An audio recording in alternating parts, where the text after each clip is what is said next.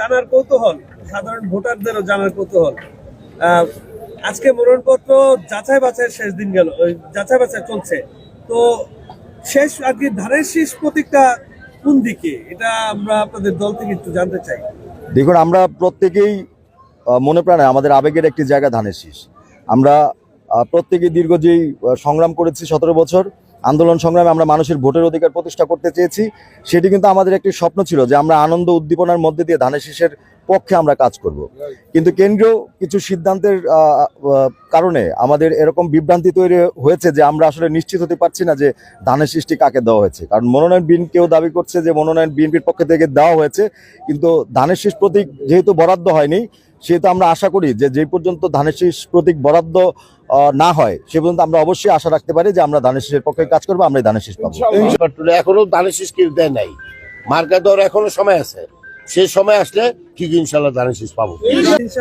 জেলা বিএনপির সদস্য সচিব মোহাম্মদ মহিউদ্দিন তিনি বলছেন যে দল থেকে তাকেই মনোনয়ন দেওয়া হবে এবং তিনি ধানের শীষে নির্বাচন করবেন। তাই যেহেতু মনোনয়নপত্র জমা দেওয়ার শেষ দিন চলে গেছে, সেক্ষেত্রে আসলে এর কোনো বৈধতা আছে কিনা, বা ধানের শীষে প্রার্থী যদি হয়ও সে কিন্তু ধানের শীষ প্রতীক নিয়ে নির্বাচন করতে পারবে কিনা। দেখুন, বাংলাদেশের জাতীয় সংসদ নির্বাচনে আমরা জানি যে প্রার্থিতা দুইভাবে হতে পারে। একটা হচ্ছে দলীয় প্রার্থিতা, যারা বাংলাদেশে নিবন্ধিত দল আছে তারা, আর হচ্ছে স্বতন্ত্র, যদি কোনো ব্যক্তি তার 1% সমর্থন থাকে, জনসমর্থন থাকে, তারা ওই জনসমর্থনের মাধ্যমে উনি এটা নির্বাচন কমিশনার বরাবর মনোনয়ন ফর্ম পূরণ করে জমা দেওয়ার মাধ্যমে স্বতন্ত্র প্রার্থী হতে পারে। এখন প্রশ্ন হচ্ছে যে স্বতন্ত্র প্রার্থী দলীয় প্রার্থী হতে পারে কিনা। এখন যদি কোনো বাংলাদেশে যদি কোনো নিবন্ধিত দল মনোনয়ন ফর্ম সাবমিট করার পরে স্বতন্ত্র প্রার্থী তাকে দল থেকে মনোনয়ন প্রদান করা হয় পুনরায়, সেই ক্ষেত্রে মনোনয়ন প্রত্যাহারের পূর্বে, মনোনয়ন প্রত্যাহারের দিন বা মনোনয়ন প্রত্যাহারের পূর্বে যেই কোনো সময় সেই দলীয় যাকে মনোনয়ন পূর্বে দেওয়া হয়েছে তার প্রার্থিতা স্থগিত করে নতুন কাউকে দলীয় প্রার্থী হিসেবে বিবেচনা করতে হবে। সেক্ষেত্রে যদি আপনারা আইন হিসেবে দেখতে চান, গণপ্রতিনিধিত্ব আইন 1972-এর